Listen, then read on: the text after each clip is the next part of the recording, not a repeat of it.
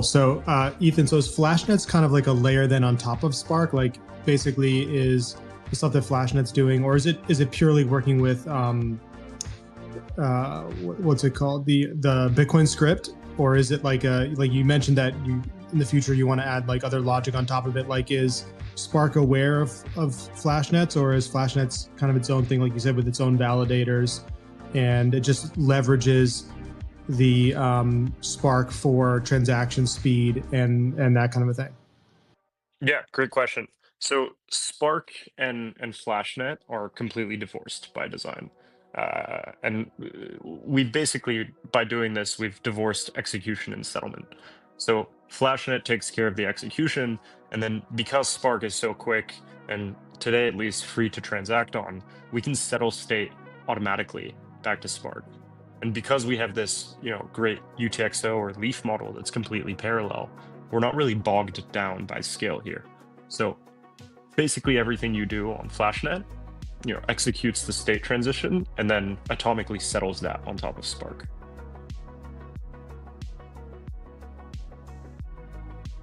And then is like the LRC20, is that also something that's like a layer on top of Spark, or is that native? Is it a module? Like, what is the relationship between LRC20 and Spark itself? It's really native on top of Spark. You can think of it as a layer that's sort of native on top of Spark. If you go back to Bitcoin layer 1, it's a layer that sits on top of Bitcoin layer 1, but within Spark, it's pretty much native within Spark. Got it. And so the state channels is kind of like a coordination mechanism that uses like Bitcoin script with the Schnorr signatures and this kind of thing to coordinate people's balances, and then it's able to use the same kind of logic for fungible tokens like LRC20. Am I getting it right, or am I missing something? It's used to coordinate movement of funds. I wouldn't say to coordinate balances, because the balances are just the UTXOs that you hold off chain, or like the signed UTXOs off chain. But it's used to coordinate transfers. Got it. And then could you explain for everybody the difference between Lightning and a state chain, for example? So Spark is actually natively interoperable with Lightning. We kind of took the things that were painful about Lightning and tried to kind of abstract all those away in Spark, so that, let's say, a user on Coinbase can natively send to a user on Spark and vice versa. Neither has to know what network the other is on, whether on Lightning or Spark. It just natively works and is natively interoperable. But it takes away the liquidity lockups. It makes it so you can do offline receive. It's much more convenient and easy in a lot of ways for the end user. So we really wanted to make sure this had an incredible user experience, an incredible developer experience. So we focused super heavily on that. And we also wanted to be able to inherit the network effects of Lightning, be able to have that interoperability, because we believe that the Lightning has some significant traction, especially among users of custodial apps. So we wanted to have that native interoperability and still support those users, but to do it in a way that's even easier for those users to do. Cool. Thanks, Kevin. Jan, go ahead, bro. Yeah, amazing, guys. Thank you so much for joining us today. Ethan, I actually have a follow-up question, and I think this is maybe a good segue into like, the Magic Eden conversation here too. So, a couple things that you mentioned that, I would like to double click on. So you mentioned stable coins, right? And that you guys want to focus on that. Could you maybe tell us a little bit more on how you plan on executing this and how it relates, let's say, to the Bitcoin degens and to people that will be trading these LRC20 tokens or runes on Spark, etc. Can you kind of like let us know how this is going to play out, or how you guys kind of plan to bring it to market? Yeah, I mean, this is one of the things I'm most excited about. So Bitcoin has kind of been left completely in the dark when it comes to stablecoins. I mean, they've boomed on Solana and Ethereum, and L2s on Ethereum, but almost no activity has happened on Bitcoin just because of the lack of programmability. So Spark really enables stablecoins. Stablecoins wouldn't really work on L1 just because 10-minute block times make for really poor payments experiences. So when Spark started picking up, we decided to partner with Braille, who's a licensed stablecoin issuer in the US, to issue USDB. USDB will be the first regulated stablecoin on Bitcoin, and by extension on Spark. So it's backed by T-bills. It's not some algo stablecoin. I know that disappoints some people, but to us, this is the kosher way to do a stablecoin. So USDB will be the first one. For degens, the core value prop is really pricing. Today, you're stuck quoting everything you do in BTC, and that's not great when the end result you want to reach is more BTC, right? And it's not great when BTC is fluctuating in price and the tokens you're trading are then attached to these price fluctuations. So it actually makes a lot more sense to quote and price assets in USD, especially if your goal is to stack more Bitcoin at the end of the day. So that's the core value prop for degens. The other side of this is one of the products we're rolling out with USDB with a core set of partners is going to be BTC rewards. So hold USDB, earn BTC. And this is paid out directly from the T-bill yield. So it's not like a random Ponzi-nomic scheme in the back end. It's real yield. So these are the two things I'm most excited about especially for the degen community on Spark. Nice. And can you tell us a little bit more about the yield side of things? So when you say it's like a real yield from T-bills, like what can people expect? Like, is it going to be a couple percentage points? Like what is kind of the strategy there? It's not going to be some crazy, 10,000% APY. That's not the point. And we've kind of tuned it per partner, so it'll depend on who the wallet provider you're using is. I'm going to say the best estimate I could give you across the board will end up being around 2% a year in BTC. Got it. Okay, cool. I think, Leo, should we go into like the Magic Eden conversation for a little bit? I don't know what you had planned, if you want to talk about the product. Yeah, absolutely. And I think like when I hear just a lot of this conversation, like I'm just instantly, my degen head is going to like, I mean, first of all, you guys called it LRC20, so you continued the -20 madness. I imagine people are going to do some meme coins here. I imagine maybe Magic Eden has something to do with that. Magic Eden, guys, either make tokens fun or summer. You guys announced this big collaboration. It was honestly a little bit vague, so like people don't know exactly what's going on. Like, what are you guys up to? What are y'all building? I know y'all have been cooking for a while here. Yeah, thank you for passing, and honestly, shout out to the Lightspark and Flashnet guys for some really awesome explainers. Yeah, I can set some context to start because so me and Summer and Gnarl, who is on here somewhere, I think he's up here. We when we've been developing on Bitcoin L1 the past 2 years.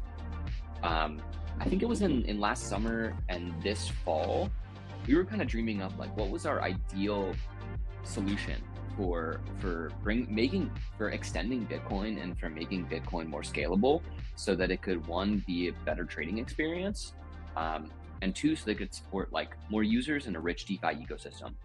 And so Summer and I actually started designing this whole 2 of 2 wallet structure, because we thought that if you have these 2 of 2 wallets on Bitcoin itself, you potentially have Magic Eden as a network that we build as a co-signer here, and then by doing that you create a string of transactions that you can build on top of each other, because they're all going to get confirmed at some point.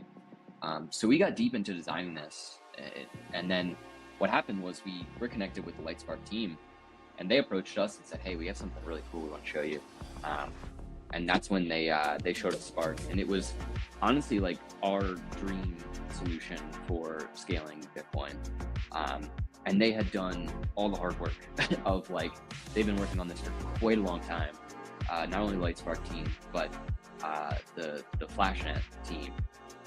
And the math and the complexity that goes on under the hood of doing something like this on Bitcoin not only on the Spark side in terms of like building out that like state chain style solution, whatever you want to call it, but on the Flashnet side too, of like doing, you know, the decentralization required to create like a CLOB and AMMs directly on Bitcoin itself with UTXOs, which is like just a crazy level of complexity. So we were just so impressed. And then basically like from that point forward, we thought, you know, this not only like brings Bitcoin to parity with other chains that we're familiar with and that we love trading on, but we think that it even extends past that. And we think this takes like some really big steps in Bitcoin DeFi by starting just with a stablecoin, even with a stablecoin that's issued by like stablecoin providers, where there's obviously a new token standard that they developed to do that. But we think they're building like the primitives of DeFi, including stablecoins, including trading infrastructure, directly on Bitcoin. So just super impressive. And that's a little bit of like how things started. In terms of what we're building, we are in the business of you know, making tokens fun. Not to be too cliche here, but like we want fun and exciting experiences on Bitcoin. So the fact that we get the stablecoin, the fact that we get, you know, native Bitcoin, and the fact that we can create really cool and performant trading environments is something which is exactly what we're doing. Creating a fun, exciting, fast, instant, gasless trading environment to trade Bitcoin tokens. So that's kind of what we're working on. We've been like, honestly, just grinding on it. The whole team went on an offsite and we got an Airbnb and we literally didn't leave the house for like 5 days. So like the team is grinding. We're very locked in, and we want to kind of like, we've been staying lower key because like, you know, obviously we're developing this as fast as we can. We're obviously not sure on like when we'll bring this to market, so we don't want to like set expectations or anything like that. But we thought it was important to get up here and like not only share what we've been working on, but to like share how excited we are about Spark and Flashnet. Cool. Sounds exciting. I have a follow-up question. So you guys haven't mentioned ordinals yet as part of this. Is there limitations related to Spark that make it challenging to deal with non-fungible assets, or is that just something you guys haven't gotten to yet? Yeah, that's a great question. I'll bounce it to the Spark people related to the technical aspects. I think we didn't like coordinate on here, we're just up here together. My POV is like, I think ordinals have ordinals inscribed on Bitcoin. When we were creating like trading experiences for fungibles, that's when we ran into like these serious bottlenecks, and like Summer and I started like designing like, you know, you need highly performant trading, you need stable coins, you need things like that. We didn't exactly run into, of course there's a whole financialization side of ordinals that we could get into on Spark, but we've been focused a little bit more on the fungible side because of the value there. I'll toss it up to like David, Kevin, or Ethan though, if you guys want to talk through like NFTs on Spark and how that all works. Yeah, I mean, I can take this one. I think the TLDR, at least from my end, but by the way, NFTs are completely possible on Spark. So you can embed data, and then you can go ahead and transfer that data back and forth. I think the core belief that I hold, at least, is that ordinals and non-fungibles make way more sense on L1 than they do on, you know, any extension of L1. And the reason behind that is just NFT markets do not need to be high frequency markets. They're made for collectibles and art, where having this actual inscription on L1 and having this immutable ledger of these really high value assets moving on L1 is more valuable than you know, faster trading, for example. That's my opinion. But you know, you can do this on Spark if you want. I just don't think there's necessarily an edge. Well, all the degens we made Ethan, I don't know if you know, but we made a game called Pizza Pets that was like a digital Tamagotchi on Ordinals, and all the degens yell at me every day because of all the fees they had to pay on layer 1. So there might be some use case for that. I mean, for smaller scale, or not smaller scale, but for things that are not like high value collectibles that, you know, are maybe a quarter of a Bitcoin per instance, I would say that sure, like maybe it makes more sense on Spark. I'm more thinking about the you know, super high value ordinals that might not make sense on an L2 or a scaling solution. Okay, interesting. So make tokens fun. What's the situation on like how does this help our Billy and our Mim and our dog and our pups? Are you guys ditching runes and moving to LRC20, or like is this gonna bring BRC20 back into the fold?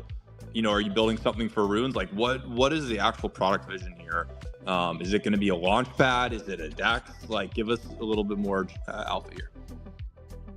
Yeah, so first off on that question, absolutely not. Like the runes community like built us, and like we are obviously like forever indebted to everyone who's been along for the ride on that end. So like runes aren't going anywhere. I think my vision, and Ethan can probably talk on this before we get into the rest of the question. But for runes, we imagine Spark kind of like supercharging the trading of runes, and then also pairing it with stablecoin allows for some really unique and I think like a lot more DeFi potential as this ecosystem gets built out. And I will pass to Ethan. Ethan, is there anything you want to add there? Yeah, I mean, just I can't share too much yet, but I can say one of the most incredible teams that I've ever worked with is actively building a rune solution on Spark. I'll leave that up to the imagination, but it's going to be fun. Yeah, and we would not have we clearly would not have have gone along for this ride and made this partnership if that wasn't the case. Okay, very cool. So it sounds like a DEX for runes is definitely in the works. Are we, I mean, you have to issue, for all this LRC20 stuff, are you going to be involved with that at all? Are you thinking about expanding your kind of suite of supported fungible tokens beyond runes? I know people remember you guys had a BRC20 product when those came out for a little while, ended up sunsetting that and doing runes. Do you have visions for, I don't know, like omni fungible token standard platform, or are you really specifically just focused on runes right now?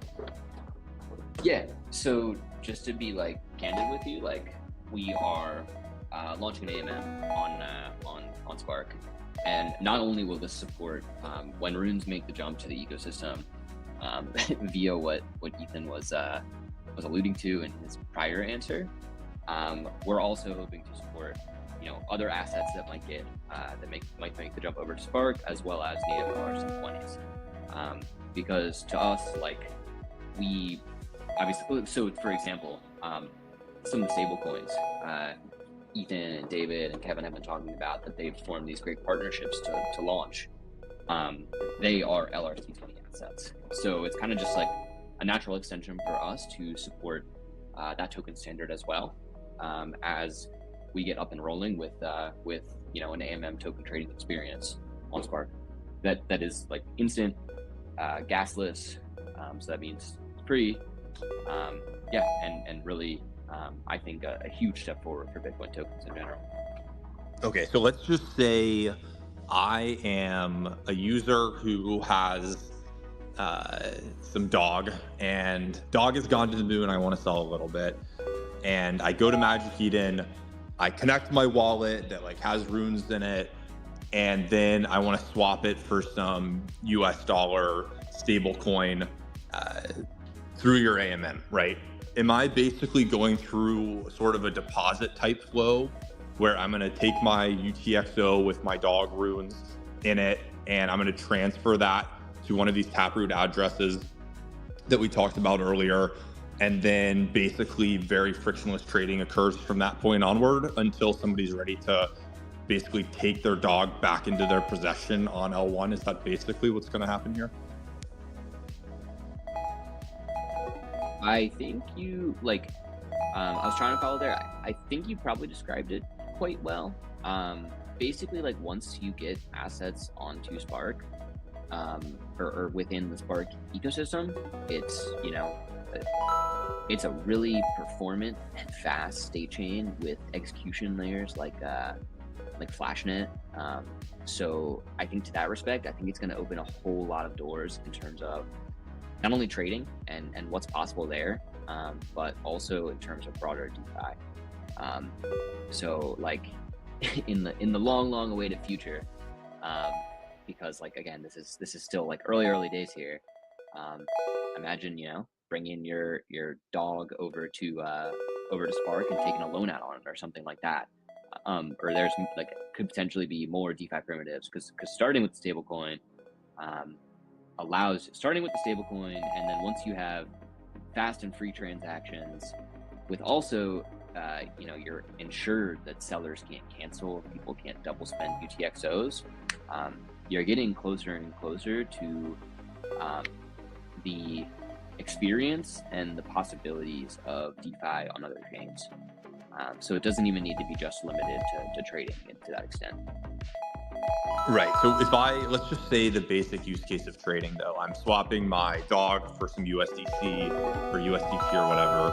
What's the cost to do that transaction, and what's the like settlement time situation? Are we like obviously on Bitcoin L1 right now it costs like 50 cents or $1 because fees are very low, but that can spike to tens of dollars to just do a swap at peak times in Bitcoin's network history. And then it takes, around 10 minutes to finalize that transaction. If you're doing the swap in a Spark AMM, like what is the situation at that point?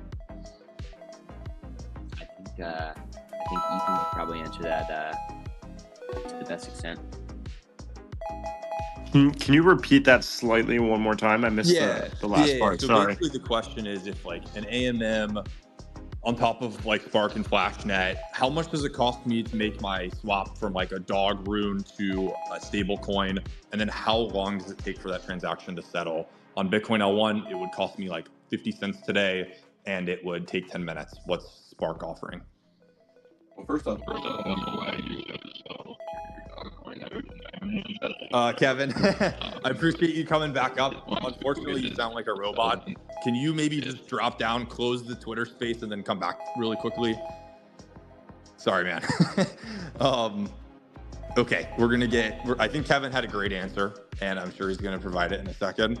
But yeah, Ethan, if you want to add anything until we get Kevin back up here. But Kevin, yeah, we couldn't hear you, man. Yeah, happy to until Kevin gets back. I'll let Kevin attack the Spark side of things. On the Flashnet side of things, it kind of depends on what type of pool you're trading on. So the pool creator, the person who initiates this kind of pool, decides what kind of fees it has, just like any other network.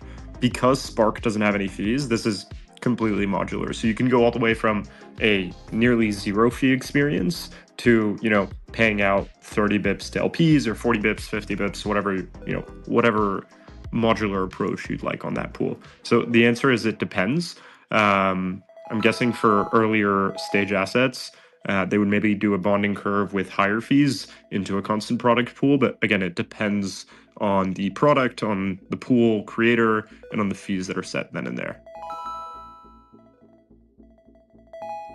Awesome. Kevin, are you with us, or did you want to add anything to that? I think my mic might still be broken. It's better. It's still not great, I'm going to be honest. I don't know, guys. Kevin, you can try to answer it. I can kind of understand what you're saying. Maybe give it a go. Here, Kevin and I are in the same room, so here you go. So Spark transfers are basically instantaneous, like a second or two.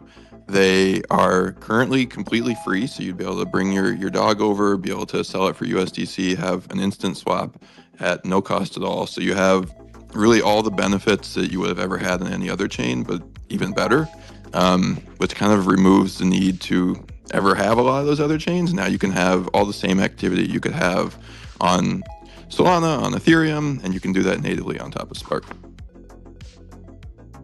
Okay, very interesting.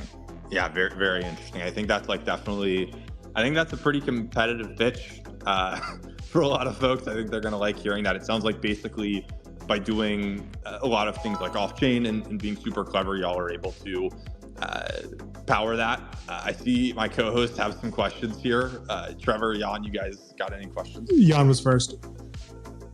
Yeah, I just wanted to actually follow up on your question, Leo, and really just kind of double click on that user experience. So, Ethan, do I understand it correctly, or Kevin, that let's say, okay, I have Dog in my wallet that's on L1 and I want to go to Spark, I want to buy some, or I want to trade it for some stable coin, and then let's say trade on Spark, other tokens, whatever. And then let's say I want to park all the profits back to Bitcoin. So if I want to do this, then the user experience is going to be like me going from L1 to Spark. That's one Bitcoin transaction. So that's going to be 10 minutes. And then I can basically trade, as you guys said, at the speed of light, gasless, free, or like for some tiny fees, whatever, on Spark. And then if I want to go back to Bitcoin, I can do it at any point, and that's just another one Bitcoin transaction. Is that correct? Is this something that let's say the Bitcoin degen is going to experience if they want to go through this flow? Yeah, that's more or less spot on. But also, why would you need to go back to layer one?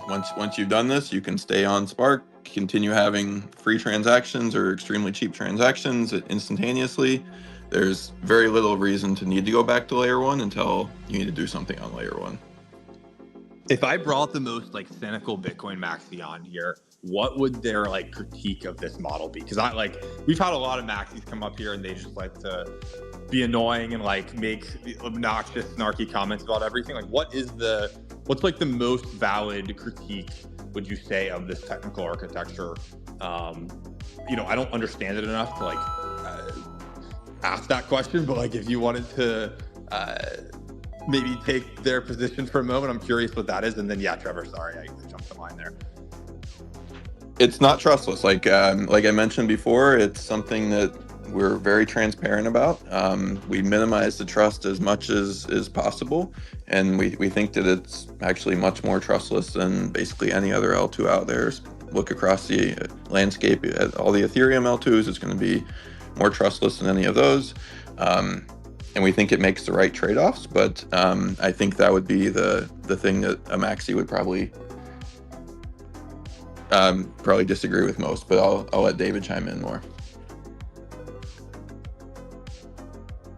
Yeah, I think, what Kevin said is right. I feel like, you have always a lot of criticism and a lot of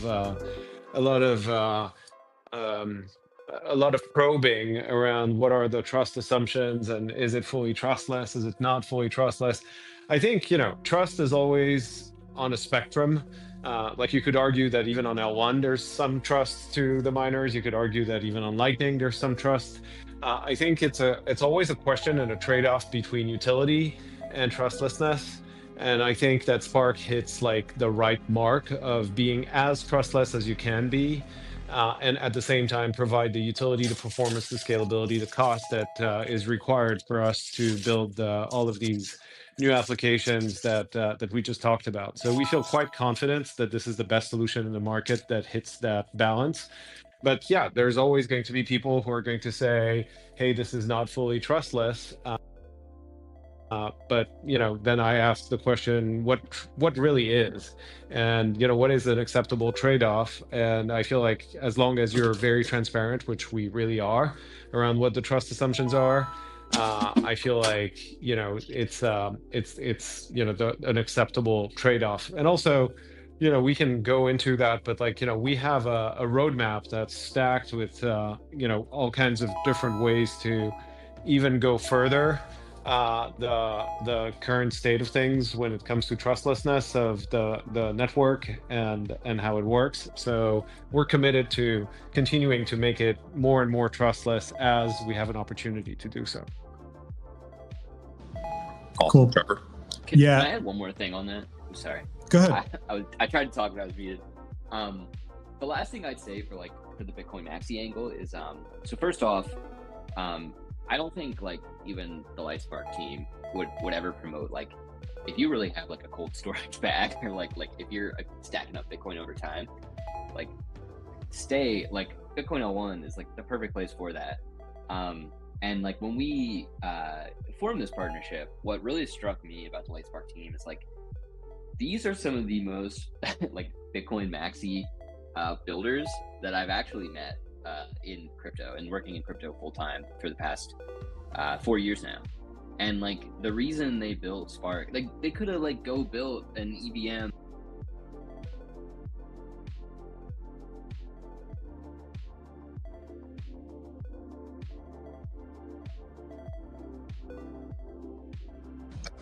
That's how maxi we are. It's like, you know, when you said they could have gone build an EVM, the whole space shuts down. Yeah, I was wondering. I was hoping I was the only one rugged. Make tokens fun, man. You may have to jump down and come back up, okay? I think the maxis got him after that comment. You know, we haven't had that many maxis here lately. They're busy getting mad at the Bitcoin treasury companies. They kind of stopped focusing on us when that started. Okay, so Yeah, I'll jump in. Okay, jump in. Yeah. Yeah, question for Gavin. So, does Spark have global state? So, you know, or like when you make your deposit transaction, is that within its own sort of like network of relationships, such as like, you know, a Magic Eden ecosystem, for example, and then you can always withdraw unilaterally, but do you have to like join different pods or networks within Spark, or is there a sense of a global state?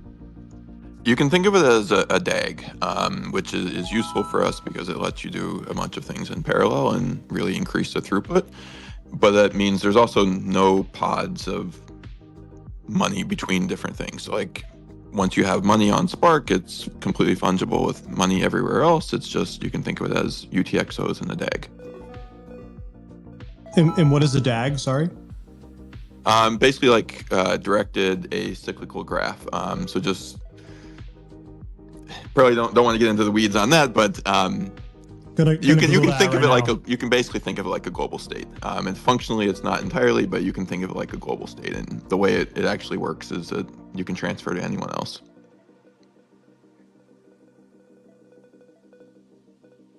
Awesome. Jan? Yeah, so speaking of Bitcoin maxis and Bitcoin treasury companies, David, when you guys launched Spark, I noticed that Michael Saylor commented on your tweet, on your post. So are we gonna get MicroStrategy stock trading to Spark, or what's gonna happen here? Yeah, that's a good question, and one we should ask Michael. But look, I mean, Spark is going to enable trading of all kinds of different tokens, and we would certainly welcome working with anyone who wants to do that natively on Bitcoin. And I think culturally speaking, it would be a really good fit for strategy and team. All right, so we're at an hour here, and I know we had some hard stops with folks. So if anybody can stick around, I was gonna open it up for people to come up and just ask questions and kind of have just a maybe 5-minute segment here where maybe 2 or 3 people come ask questions. But if anybody has to jump, totally understand, and we can say goodbye now as well to those folks. But if you can stay, would love to host just, maybe like 5 or 10 minutes of anybody who, I see people asking questions, guys, on Twitter. What is going on with Slingshot? What is going on with Spark? What's all this? Like, now is the time to come ask your questions. I pretty much got most of my questions out of the way. I feel like I have a pretty decent idea of what's going on here, but Bongo will be our first questionnaire, guys. So Bongo, take it away. Slingshot, when? What's going on? Please, let us know.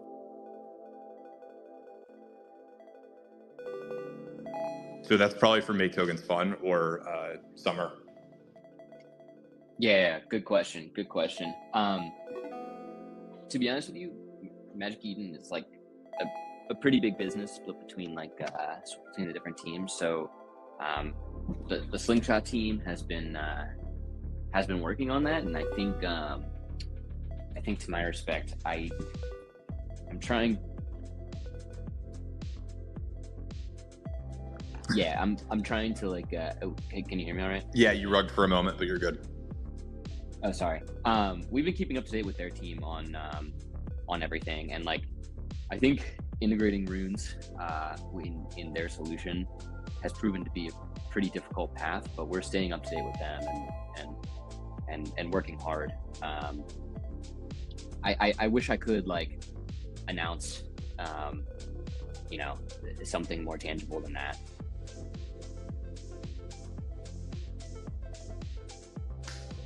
All right, I think you rugged again, Make, but appreciate you answering that. I'll just give like a follow-up here. Summer, like you obviously probably were pretty critical in making this decision with which sort of scaling solution for Bitcoin to work with. I'm sure you evaluated a lot. I'm curious if anything in particular really stuck out to you with Spark that kind of sold it for you. Yeah, thank you for slinging a question over here. I think what really, I think what was alluded earlier would make tokens fun is what we were thinking about beforehand, which was like the 202 multi-sig, like potentially Magic Eden starts off as a cosigner, but potentially also do its own validator set to do the cosigning, so that you can have this like kind of like this virtual tree of transaction that like eventually settles on L1.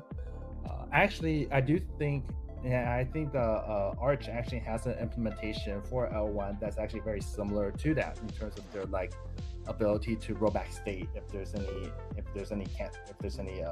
changes of their transactions that hasn't been settled back to L1. I think though, like but then we came to a realization that like, first of all, that's just, not just that solution, but just any solution we came up with to like fully become an L2 is just like going to be very difficult. And like in that particular solution that we had, it was like there's some like intractable issues of like if it like it will become the success would be bounded, right? Because like there's no, like if you are really successful with that model, then the amount of transactions you build off in this virtual state will actually grow faster than like what Bitcoin blocks can actually mine. So one thing that I really appreciated with when we saw Spark was its ability to basically, it's very cool that it was able to transfer funds basically without any L1 footprint, basically, right? Like right now, I can send funds back and forth between two people like 100 times, have zero worry about like growing the required L1 block space needed for unilateral exec. Right, and so that like really sold us like in terms of the like really long term, the scalability of this actually becoming like the global payment for all vision that at least I personally have for Spark. Love it. So we have Tevio joined, Byte also joined us up here. We got maybe time for one or two more questions. If somebody else wants to come up and ask a question, now is the opportunity to do so. We've got a lot of Giga Chads on stage here. Tevio, Byte, do either of you guys have a question for either the Magic Eden team or the Light Spark guys? See you, David. Yeah, I got a question because you rubbed me wrong when you said jumped onto Spark and don't come back to Bitcoin. That's the first one right there. But what I was hearing was that I'm gonna have to sell my dog, right, to buy somebody else's coin and then go play on your exchange. And then what happens to my dog? Y'all just taking it? What? Hey, whoo, calm down, Kev. Calm down. All right. And then you said, are y'all a L2 or are y'all gonna be on L1? Because it sounds like you're gonna be on L2. And if you're on L2, then there are already things out there like stacks, right?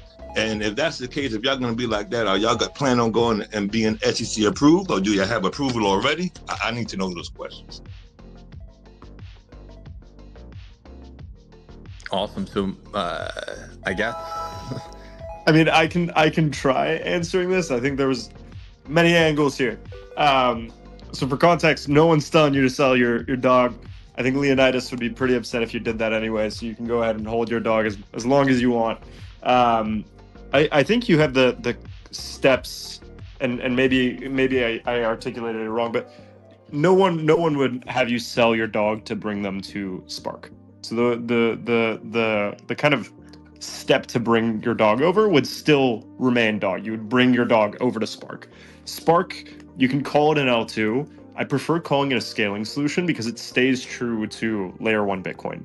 So it's not like Stacks or Botanics or some other consensus that's strapped onto Bitcoin. It literally is Bitcoin moving that you can exit to L1 at any time. So it's very similar to Lightning in that way. So I guess it's a different mindset, if you will. And Kevio, it was interesting. Like, I assume the SEC thing you were asking was alluding to if they do a token. Ethan, is there any plans for like a Spark native token, or are you guys using BTC? So the Spark team has jumped, so I won't comment on that from their end. So there are no transaction fees on Spark today. And the current running plan is that if there are ever transaction fees on Spark, they'll be paid in whatever asset you're transferring. So you won't need to hold a gas token. If you're transferring a stablecoin, it'll be that stablecoin. If you're transferring BTC, it'll be BTC. Okay, very cool. Is David your brother, by the way? Was I right? I'm David's much more successful older brother. All right. Okay. Very cool. Very cool. Okay. So look, I think we got through our questions here. Make tokens fun, Ethan. I appreciate you guys sticking around until the end here. Did you guys have any parting words? Maybe let's kick things off. Oh, real quick. I do want to hear, like, what's the timeline for this, like, going live? Like, should we be expecting it this summer, this fall, next year? Like, what's the timeline look like?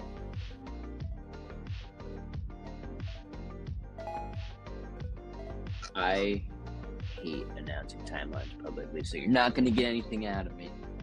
But nice try. I mean, just like a broad, like a broad, you know, like I'm not asking like, you know, for a specific date, a launch date, but like, you know, like broad strokes. Sometime between 2025 and 2035. Nah, I'm just kidding. I like not insanely long. I'll still speak in vague terms, but let's just say our team has been working on it super hard. I'm guessing you're talking about the Spark stuff. Like I said, we were all just in an Airbnb and didn't see the sun for 5 or 6 days. So we're grinding down here. We're trying to make it happen sooner rather than later. But don't let it keep you up at night. We'll have more comms coming out as it gets closer. Okay, very cool. Very cool. I imagine you guys would probably wait for Spark to come out of beta, or could you theoretically could it go live now?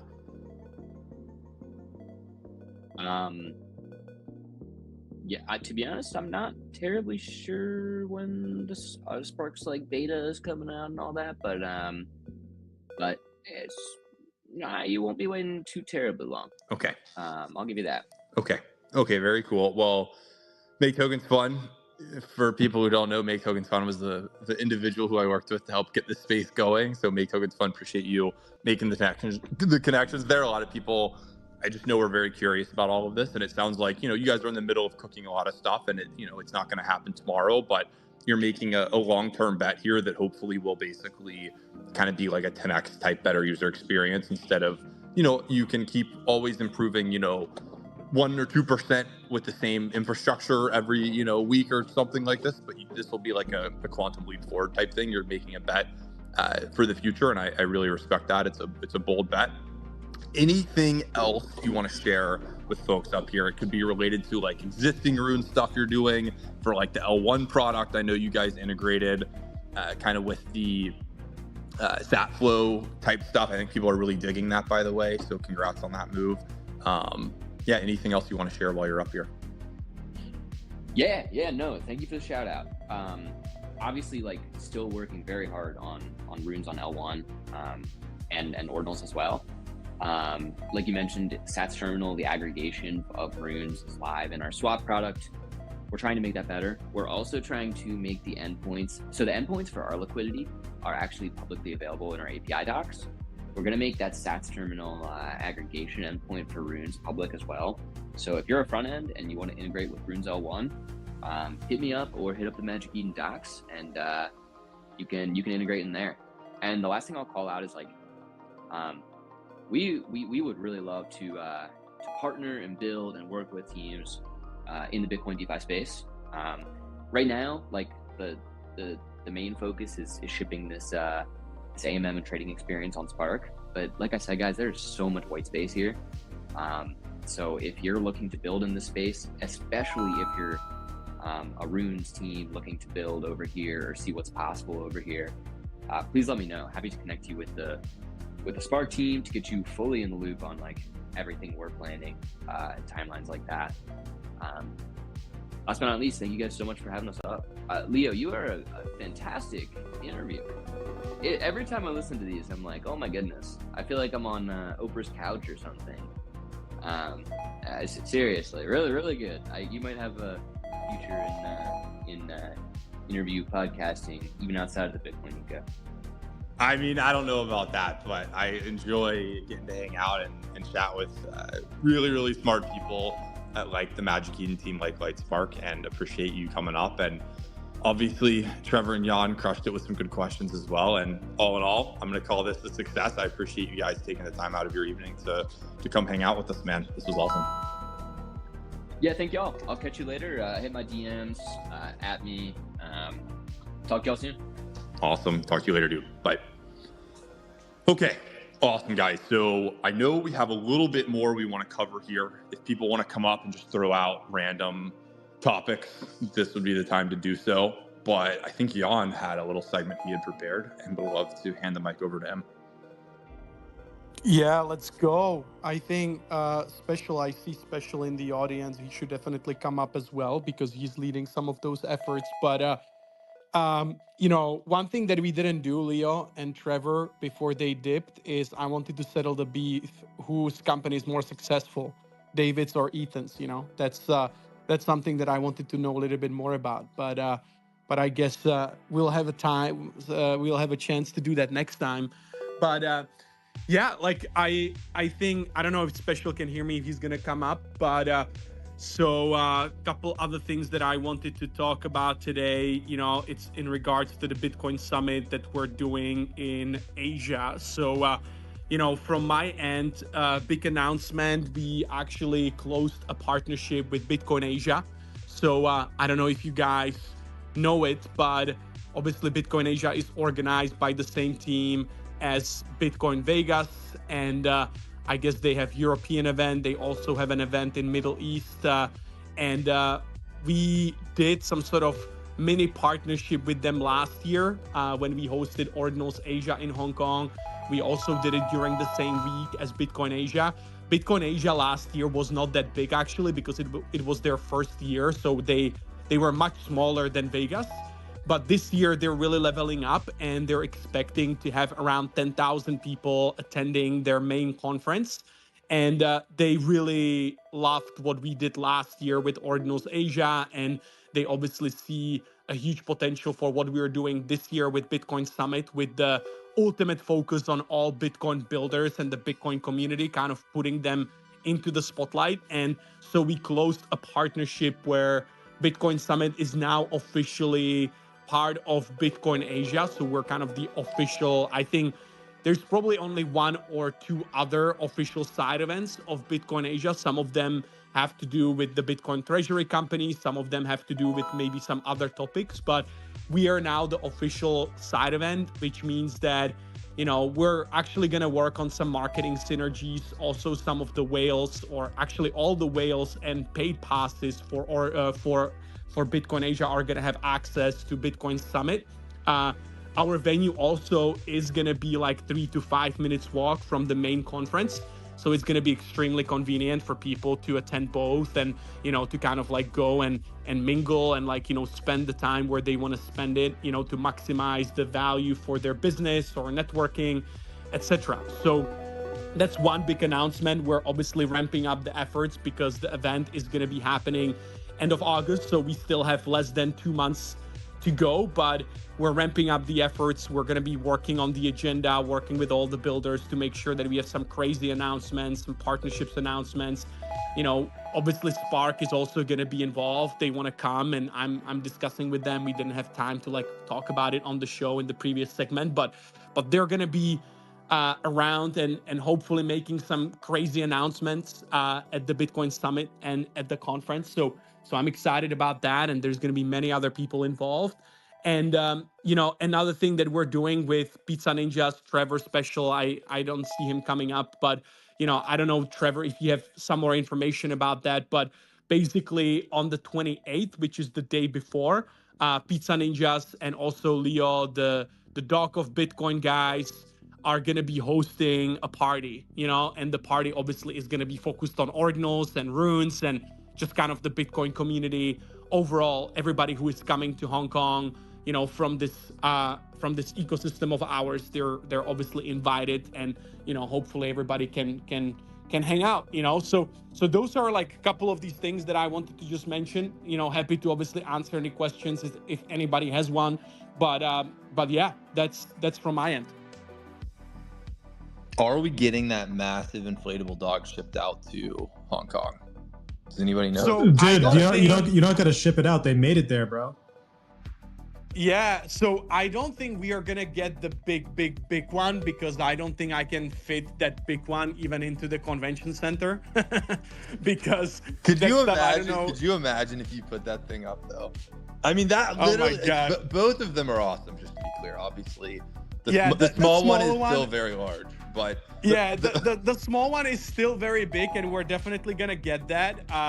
I mean, J-Dog can probably talk about the big one. I actually asked Vito about it. I was like, hey, are you guys bringing the big one? And he's like, no, bro, like I cannot even ship this stuff, So like he said he's not gonna be able to do that. Of course, we could make it here, obviously, but man, I would not be able to fit it into the space. I think if we brought that dog, it would probably block like 1/4 of the entire conference room, So what's the I issue? would not What's be the able problem? to do that. What's the problem? Yeah, you said it out. Okay. I think it's a reasonable decision, Jan. Although, if we could make it happen, it would be pretty cool. I mean, I still kind of like, I don't know why it's funny, we can but definitely make it happen. Just bring it, and you can inflate it in front of the conference room, in front of the entrance, and maybe the police are not gonna kick you out, but we can definitely try. Is there a rooftop for this at all?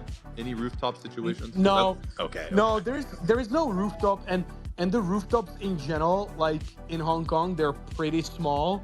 So, I think that they would probably not be very happy if you host a party on the rooftop and you bring this kind of dog, So yeah, like I still find it like, I just kind of giggle when I think about the first time I saw, because like Vito kind of does his own thing. Like, I think people realize like I'm not like super involved with Vito. Like, we message probably like every other day, and he keeps me in the loop with stuff. But all I knew is he had ordered some inflatables. And I see this photo. I see this photo of this like 50-foot tall dog he has created. I just find it funny how the scale. It's like, I don't know. It's like absurdly large, and I agree. It would probably cost like many thousands of dollars to ship that from, the U.S. to Hong Kong. Maybe, I don't know. Like there's literally a 20,000 pound runestone, marble, like 15-foot tall runestone that's like sitting somewhere in the world right now that like very few people have seen. I don't know what it is about just building like massive things, but I mean, again, that's not something that I really had. Oh yeah, Leonidas, we're gonna get the inflatable runestone also for next year. I remember Vito was talking about that for sure, which I think that would be a great idea. Having the runestone and the dog there inflatable would be perfect. Yeah, I agree. That would be pretty dope. We gotta. Yeah, it's just like we have the thing, but it's like logistically, how do you put it somewhere? It's like you need a massive amount of space. I think outdoors is the ideal situation. Okay. All right. Yeah, you got a lot of work. You got a lot of work to do. August is coming up here pretty fast, man.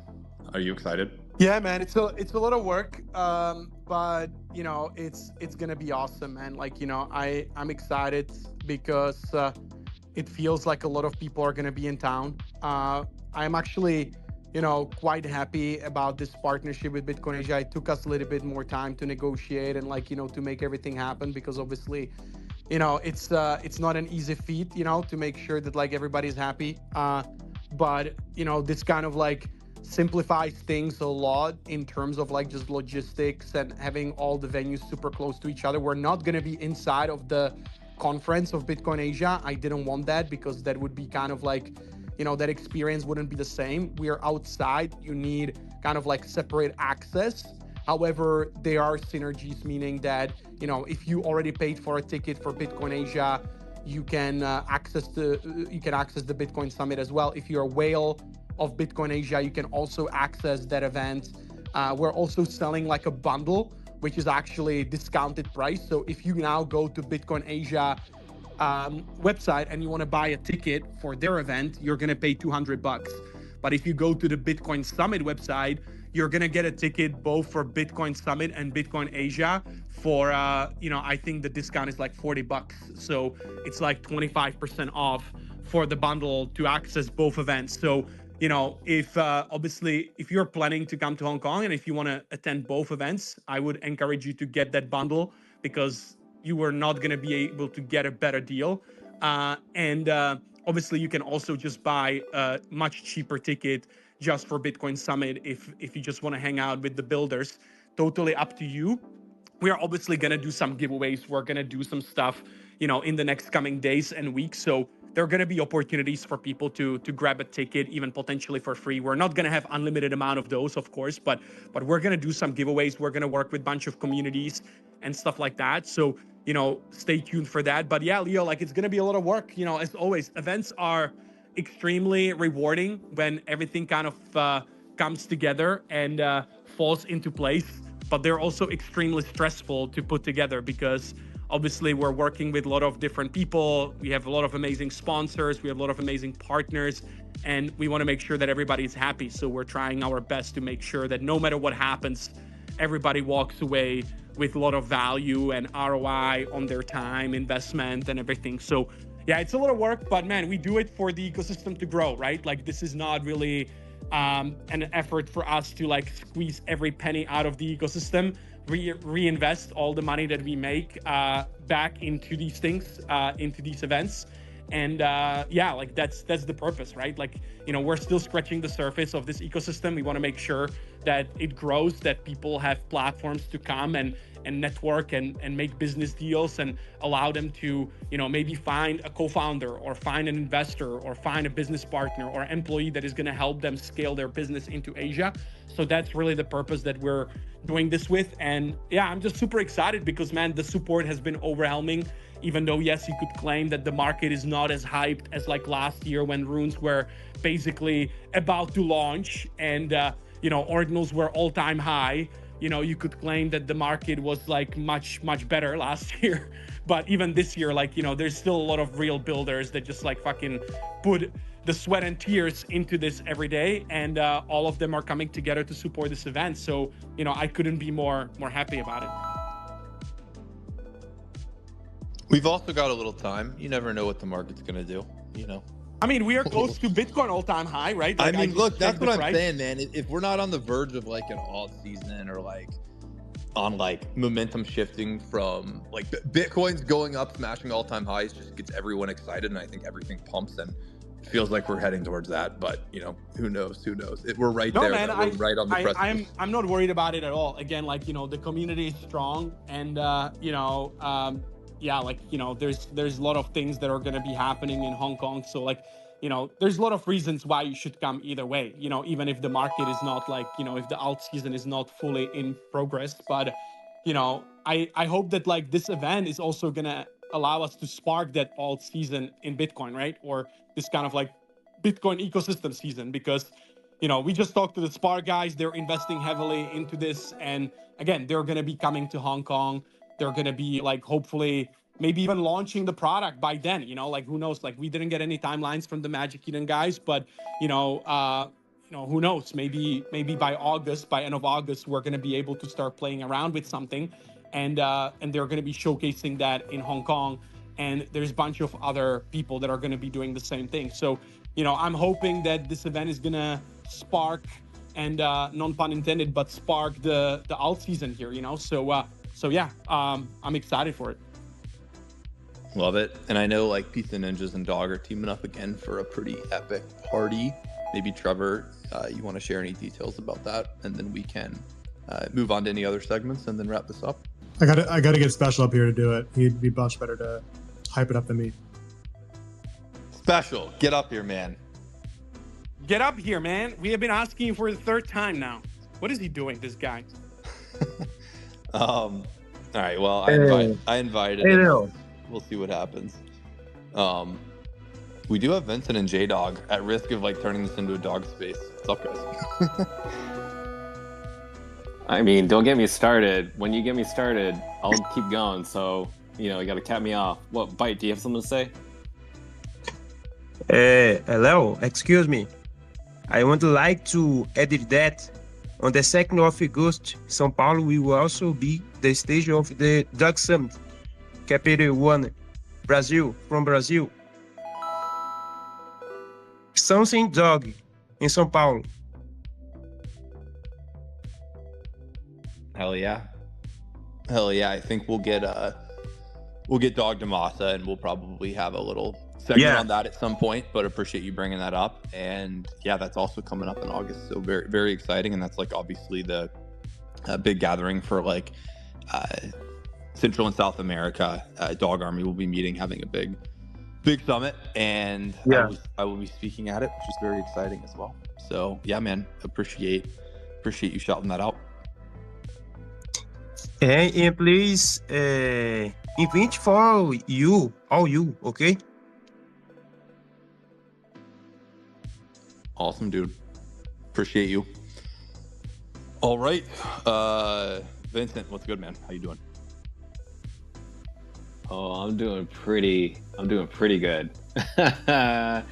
Oh man, I don't know if you guys have been noticing on the timeline. I am like on a roll right now. Like I am just so amped about this Kraken thing with the Formula One car, and it's turning out to be exactly how it should be, which is, when you have all these other meme coins in this competition, and yes, ladies and gentlemen, we're heading this direction right now, so get ready, strap in. So with all these other meme coins, I knew like either this is going to be authentically, fairly, an equal battle between the coins without any manipulation, or there's going to be some manipulation going on, and excuse my French, this shit's going to be exploited. And this is the best thing about Dog, is that I have the pleasure of exploiting the corruption in the system. And so when I see tokens that I'm not going to name right now, when I see tokens out there that obviously have monetary power because they have teams behind it or VCs behind it, it gets me so amped to like crumble them, to crush them. And with the Dog Army, it's like, it's awesome because we get to all do it together. And so I don't know if you noticed, I have kind of put out this idea that if people are worried about trading volume on these other meme coins that have millions of dollars, then let's prove to them that we can outnumber them, right? And I'm sure, Leo, you've had some insight on these numbers on CoinMarketCap and stuff. But luckily, because of this, I started crunching out the numbers. So if each holder of Dog buys up to, doesn't have to be exactly, but up to $100 a day. If they buy it, sell it, trade it, convert it, whatever it be, that adds on to that trading volume. And if that were every single day, that'd be like up to $9 million. But obviously not all 96,000 people, holders, are gonna trade $100. So if you just cut it in half, obviously it'd be 4.5. And if you did it for the next 32 days, it'd be 300 million or 307 million. Cut that in half, that's at least 150 million. The point is that I'm trying to get as much trading volume on Kraken because number one, yes, it will secure the spot on the rear wing, but also it's the trading volume that is necessary to garner the engagement and interest from other tier ones. And this is the whole point, is we're proving this model and it's working where community steps up and everybody's stepping up every single day. And especially today, Kraken is taking notice. And I love that the Kraken team is sharing this information with people. Like the Dog Army is going hard on this. And when they're tagging other communities from these other tokens, none of them are showing up. Bro, it's sad. It's sad. I looked at some of these posts. It's kind of sad, man. It's almost just like It's like, what's going on? Like, the main account is like replying from Pango, and like nobody even notices. Yeah. Exactly. But Leo, this is the whole thing. Is that, say for instance, like a week from now, like, because I've talked to Lou Frang, the head of consumer marketing, and he's hoping to create statistics and data that show us, hopefully on a weekly basis, how the numbers are, so that these communities can gauge how much trading volume that they're doing. So my point is, if, say for instance, if these other tokens win, then how did they win? I'm not seeing the numbers. And so the whole point is that we're showing proof of dog, which is the proof that the dog army is showing the purchases in trading power. If we're doing all this, where's these other tokens? What are they doing? Where's their community? And if we aren't seeing any of their community members showing up now and they win, something sketchy is going on. And that's the pleasure, is that we're just waiting for anything to show sketchiness or corruption. And that's the main point. And so, yeah, man, Leo, I don't know, man. This is crazy stuff. I'm absolutely having a blast. Yeah, man. To take a step back here, for people who don't know, basically Kraken basically created a competition. It's like a kind of promotional competition where they are the sponsor of the tail of the Williams Racing Formula One car. So for people who don't know, Formula One is like a super high speed racing sport. It's like one of the fastest growing sports, kind of like UFC or something. It's like a very popular sport. Recently, they've been very strategically moving into the US market. They've opened their Miami track, their Vegas track. There was obviously the Formula One movie with Brad Pitt that just came out. And basically, one of the 10 teams. It's a good movie, bro. Have you seen it? I saw it at IMAX. It was awesome, man. Yeah, it's an awesome movie. The tail wing of one of the 10 teams that races in Formula One is basically sponsored and owned by Kraken. So they can put whatever they want there. In most races, right, they're just putting like the Kraken logo and like the word Kraken, right? They are, for a race coming up in a few months in Singapore, going to put a meme coin on the tail instead. And there's 6 meme coins that are competing for this. Dog is one of them. And basically the way the competition works, and I've seen a lot of confusion around this, is between like 2 days ago and 1 month, so like August 8th, whoever has the most volume on specifically the Kraken consumer app, so not the Trading Pro dashboard that's like the lowest fees, not the APIs, none of the market making stuff counts. It's just real people going to the main Kraken consumer interface, logging in, clicking the buy button, clicking the sell button. That is what is tracked here, and that's obviously very intentional. You can pretty predictably, game these things, and it would be pretty predictable to see the outcome if you're just counting, volume, because a lot of that is just market makers selling back and forth and stuff, and that's, there's pros to market making. I'm not like completely anti-market making, but in general, I think it massively inflates the volume numbers. It's just unrealistic. I see many coins on Binance that trade their entire, market cap and volume 5 times over every day. That's not organic. If anybody thinks that's organic, you're just not in touch with what's happening here. So Dog kind of benefits from this because, we are basically no market maker and just a bunch of people that go buy Dog. So, I think the hope is we're going to activate and try to go make a bunch of purchases on Kraken for the next month and see if we can get in this race. I think it would be pretty exciting. I think, Formula One, like these sponsorships are insanely expensive. I think, if you're not a Formula One fan, you may not realize how big of a deal it is, but getting on the tail of a Formula One car it's a pretty big deal. I would say, like, it's pretty exciting. And I think it would be awesome if we won this, but yeah, it's like, I don't think it's a given that we're going to win. And I think we have to like go actually earn it. And, we'll see what happens here. I'm curious to see if they do like a checkpoint after like halfway through, what the rankings are. That kind of thing would be helpful. But yeah, it'll be interesting. And, hopefully we can represent runes and get a rune on Formula One car in an actual Grand Prix. So that'll be pretty exciting. Yeah, Vincent, appreciate you spearheading, just getting people amped up about it as well. I saw reposted a bunch of your tweets, just trying to get people to, do smaller trades. And when a bunch of people make small trades, it's actually a lot of power. I think people don't totally realize that like Binance doesn't make most of their money from the whales and institutions and market makers. Those guys, they actually sometimes they'll literally pay the market maker. So not only is the market maker not paying fees on the volume that they're doing, they're actually getting paid a little bit every time they do volume. Yeah, so this will be interesting, and yeah, we will see what happens. I think Bonk is probably the biggest competition, Bonk and Pangu, I would say.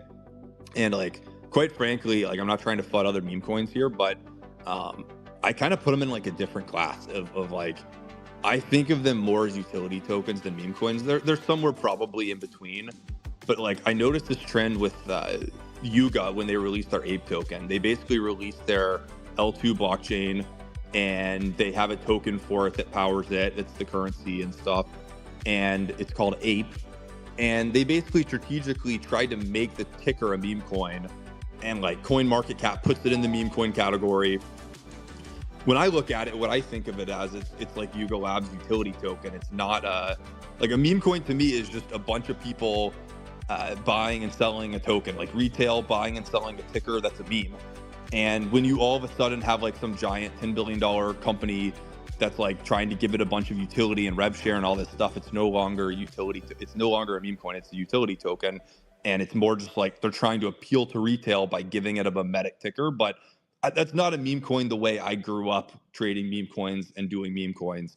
That's more of like, because meme coins are kind of a trend and popular, the utility tokens are trying to like masquerade themselves as meme coins. But like, I mean, I could say the same thing for Pingu. Like, and I don't think it's not FUD, because some people like that utility. It's not necessarily a bad thing. Some people buy Pingu because it's exposure. It's Luca's token for his ecosystem. I'm just saying it's very different in my head than an actual meme coin. It's a utility token with like a memetic ticker to get retail excited about it, but it's not, in my opinion, it's not a meme coin. So we're in there with some utility tokens basically, and we'll see what happens. See, we have Tuxedo just joined us. What's up, man? How you doing? Great show today. Great segment with Magic Eden and Spark. I wanted to ask something. So I came across this Artemis 2 launch program that was supposed to take place about a month ago. So essentially what it is Artemis 1, 2, and 3, they are missions to the moon or around the moon. So Artemis 3, which is set to take place in 2027, will be a manned mission to moon, like after, I don't know, 50 plus years that we haven't been there. But the one that got postponed, the one that was supposed to happen last month and got postponed to early 2026, they are looking for a mascot. They are looking for a, I would say, dog mascot, because they are also hinting they are looking for a dog. Are we too late to apply? Can I pin this here? I don't know. Can you check my tweet, the last one I did? Because if we have even one shot in this, I mean, we are so community driven. I'm like 100% sure we can go convince NASA that dogs should be on the actual moon. I mean, look, yeah, we definitely pin it. I'm definitely interested in learning more. I think something that's pretty important to call out is that, yes, Dog has a lot of people that tweet things, but we want to efficiently channel our energy and not channel it in ways where it's like probably not going to bear fruit. I think that the tier 1 listings, like this is something that like some people think the tweeting doesn't do anything. I actually think it does a lot, and I think we have to keep pushing there. I think it will all eventually bear fruit. But if there's like a legitimate chance where like, yes, if like a bunch of us tweet about this for a week and we can see what happens, like you can just kind of tweet things into existence. I think people want engagement, and if that's what they're looking for, like we can give that to them. But it also sounds like is this specifically a competition for a token? Like, what makes you think they want a meme coin to sponsor an NASA mission? They don't want a meme coin. They actually, it has nothing to do with crypto. They just want a plushie, a dog plushie. And we have a dog plushie. We have the best dog plushie. And I like the fact that Dog, with this possibility and others like this, it can escape a bit the realm of crypto and finance. I would love to see shows with Dog, dog to the actual moon. I don't know, stuff like that. Not everything necessarily has to have a financial tie. That's Wait, all you need is a plushie? That's all we need? One plushie? Yeah, that's exactly. Well, we need a plushie and permission to put the plushie in the rocket. But yeah, I mean, look, I'm all for it if there's like a reasonable path towards it happening. I'm all for it. So there is an application line which was closed because it got postponed. I don't know if people already submitted their designs or whatnot, but what our community could do, the voice of the community could potentially not open the application again, but maybe submit a late entry. Yeah, man, look, what I tell people is like, anybody can go submit anything. Like, there is no official team and nobody has to ask me for permission. My name does not need to be on stuff. Like, if you want to go update CoinGecko, you have literally the CoinGecko team doesn't know that I'm any different than anyone else. And you can just go make requests and like update things. And I would say, yeah, submit the application and see what happens.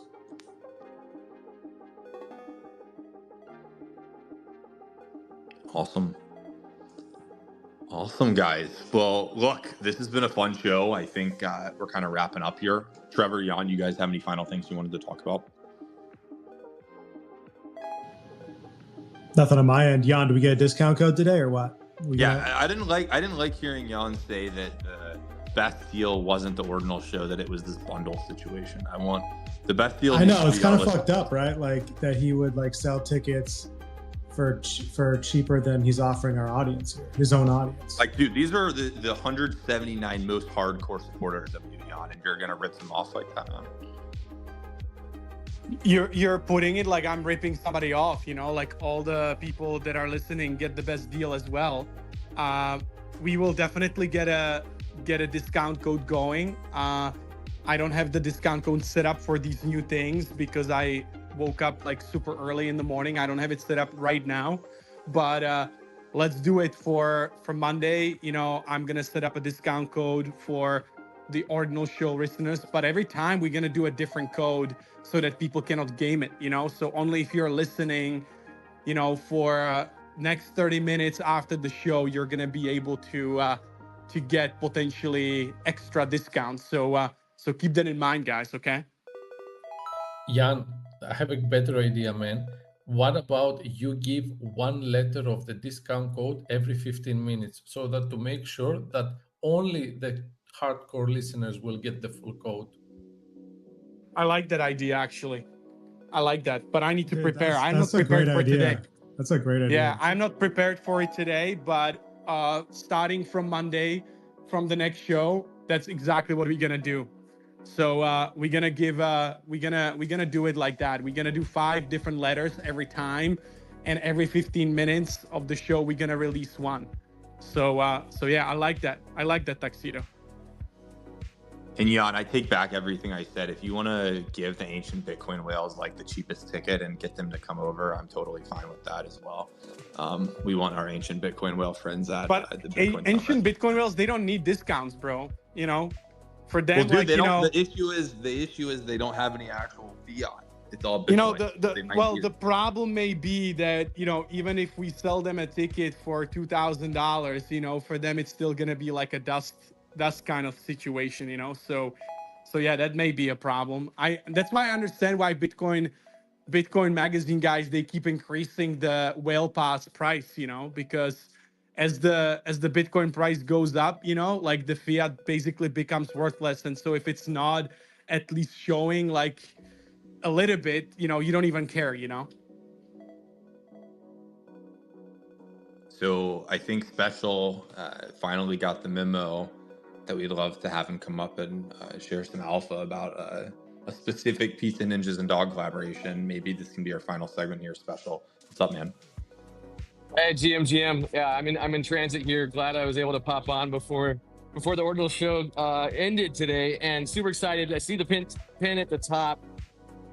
So yeah, I've been talking with Dog ever since Vegas, ever since the dog party that was the after party of the Pizza Ninjas after party. So it was like an after party in Vegas. Ever since then, been talking with Dog, with Vito, with Patrick from Carbon, with other dog community, and we decided to team up for the party, the huge event we're throwing in Hong Kong, which is going to be the Bitcoin Summit kickoff party. So it's the night before Bitcoin Summit, which Jan's organizing. And we're doing Bitcoin After Dark. Going to be August 28th. Going to be a crazy party. We are still locking down which venue we want to use, but we're going to make sure there's free flowing alcohol, some amazing DJs, and it's going to be lit up in Pizza Ninjas dog style. So super excited, and I'm happy I was able to pop on and actually catch the end of the show, because I was hoping to see that it was going to be pinned to the top here, and hoping to come on to announce it. I was running a little bit late in transit here, but super excited. And obviously anyone that wants to, also any other potential partners that want to join, we do have already some sponsors that we're going to be announcing soon. And there's still some room for some other partners to join, to throw this crazy event together. So definitely you can hit me up as well if you want to partner up with Dog and Pizza Ninjas and Carbon and everything that we've got going on in Hong Kong coming on August 28th. Awesome, man. I appreciate you coming up and sharing. And yeah, I think people are amped up. And yeah, like bottom line, it's kind of time to get your tickets to go to Hong Kong, guys. If you're planning, like, you don't want to wait until the last minute and the flights are super expensive and stuff. Like, go ahead and book the trip. It's like a pretty opportune time price wise with flights and hotels to get this locked in. And then yeah, I think it'll be a good time. 100%. And one thing that I didn't mention, but we negotiated 20 to 25% off of a bunch of hotels in Hong Kong, and they're on a different kind of like price range. So depending on people's budget, they can pick and choose if they want to do something builder startup friendly, or if they want to do something fancy because their back's pumped, because of whatever reason. So just that fact alone is probably going to save you a lot of money. And if you're booking flights from Europe or from somewhere, like, at least that is going to compensate partially the budget. So everybody's going to get access to it. Once you get a ticket, we're going to send out all the information to everybody. And I'm also going to be sharing this information. We have a Telegram group chat for Bitcoin Summit. Actually, let me pull it up. I do believe that the official Telegram group chat, let me just see what is the link.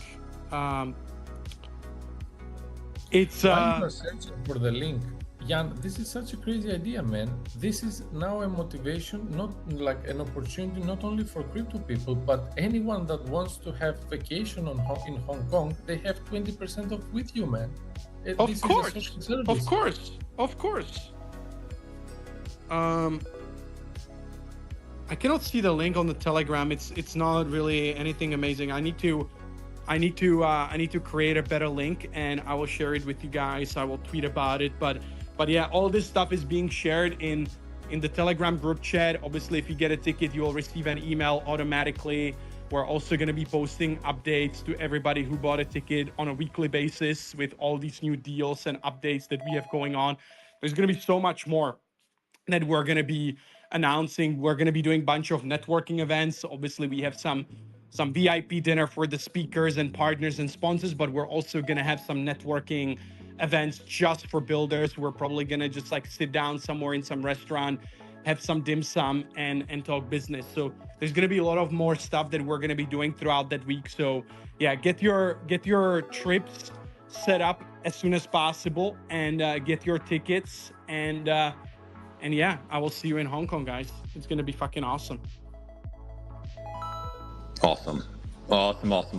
And yeah, I think that was going to be the end, but we actually just had a special guest come up. I think Hills has been cooking up some very exciting stuff in the Bitcoin Puppets ecosystem, and was going to be able to share that right now. Hi, guys. Sorry I'm late. I didn't catch your message, but thank you so much for having me up. I just wanted to let everybody know about a mint opportunity that's happening right now. It's a fundraiser event We are actually trying to raise enough funds to completely wrap a sprint car in Bitcoin Puppets images and make an entirely Bitcoin Puppets car that is going to be racing hopefully next week at one of the largest sprint car races, or if not the largest, of this season. So basically what we're trying to do is wrap the car and sponsor the driver who would normally be sponsored by, venture capital brands, whatever. We have the opportunity to do this because essentially he's a famous driver, but he has a little bit of a checkered past, and the going is cheap. So actually, Michael from Bitcoin Magazine came to us with this opportunity and let us know about it about a week ago. And so we've just been like hustling, getting the design together, trying to make this happen. There is some media attention following him because the guy has kind of a crazy Wait, story. hang on. You got it, Hills. You got to explain what's this guy's controversy. What did this guy do? Well, if I say, like, it'll be easy to dox the guy, and I think that his team is waiting to do an announcement tomorrow morning. So there's a press conference scheduled. I will tell you this: he was like a child prodigy, and made his way up the ranks, and actually ended up being a NASCAR driver and was like doing really well, and then had some issues with drugs. So that would be the reason that nobody is, or people that are apprehensive about sponsoring him. So to me, it's all about second chances. I think it's a really cool opportunity. It's super exciting. The race next week, the first 2 days are going to be televised on Fox Sports 1. If we can pull this off and raise enough funds, which we're fairly close, we just need to get it over the finish line. I mean, I think we're like just a couple $1,000s short of making this happen. We have a stretch goal also that we're trying to make to just basically be able to send a professional team out there to get media for us. That would involve like putting GoPros in the car and having drones and filming the entire thing and making a short documentary for the Bitcoin world. So I do know I can't disclose exactly who, but there are a couple of people filming him, watching him, making documentaries about him. So this is going to have a lot of eyes and a lot of attention on it. And this is basically his comeback race. He won this race in the past. And so all of his fans are going to be rooting for him. All of his fans are going to be wanting to buy merch and wear merch. And I think it's hilarious if we could get thousands of people wearing Bitcoin Puppets, like just essentially onboarding people that have no idea what Bitcoin is, that have no idea what an ordinals is. Their team has done some testing and some just trying to check out market share to see what their fans think. And people are freaking out. People in the racing world are freaking out. They think it's hilarious. They've looked into the collection. They love a lot of the traits. And I think that everybody can kind of find one thing that they resonate with in the collection. But it's kind of a cool thing. This guy has always signed his autograph with a smiley face. And so when he saw the puppet smile, he was like, this is meant to be. It totally resonated with him. And he's super stoked. So I'm just basically praying that we can get us over the finish line, no pun intended. So essentially what we have going is, if you're a Puppets holder, we have a raffle going. It's around $100 to mint a raffle ticket. We're only selling 77 tickets, and 2 people will be raffled off on chain. So it'll be provably fair on chain. 2 people will have the opportunity to have their puppets added to the car. So their puppet will be on the car for the race season, and it'll be on TV, which is pretty sick. So this race is happening in Ohio, and if we have any ordinals people who live in Ohio or are interested in attending the race, I can try and get you tickets. I want to get as many people from the Bitcoin community there to support. We're going to be giving away some merch as well. So I'll pin up a link up top. So there's 2 different mints. The first mint is around $29, I think, and you will be able to get a coupon for the store, and you'll be able to get a physical collectible, which would be a collectible enamel pin. So you'll be getting a physical collectible, and you'll be getting a digital collectible, which is really cool. You can go right now on or.io and play around with it. Like our incredible artist from the community shrimp made this like egg basically. And you can turn it around and read everything on it and see everything about it, and there'll be a surprise there. It's kind of a knockoff Kinder Egg inspired by that. So I would just appreciate it if anybody would like to donate, would like to mint an ordinal.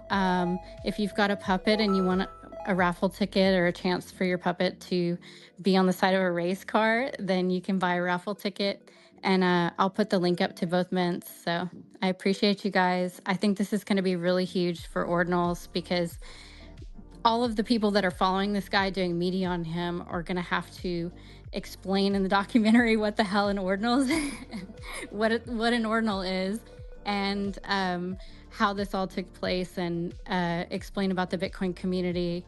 So I think this is going to be pretty big for us. So if we can get, some other collections included in that explanation or in that media, I think that would be a massive win for everybody here. So yeah, I think it's worth it alone just to tune into Fox and see Bitcoin Puppet driving around a racetrack.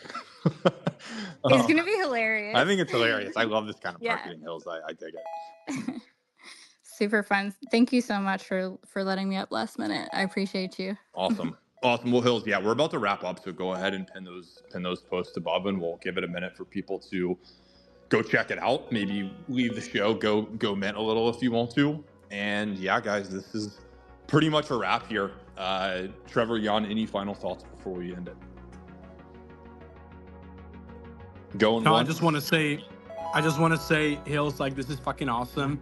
I'm super happy that you guys are doing this. Please spin it. I'm happy to contribute at least a little bit myself.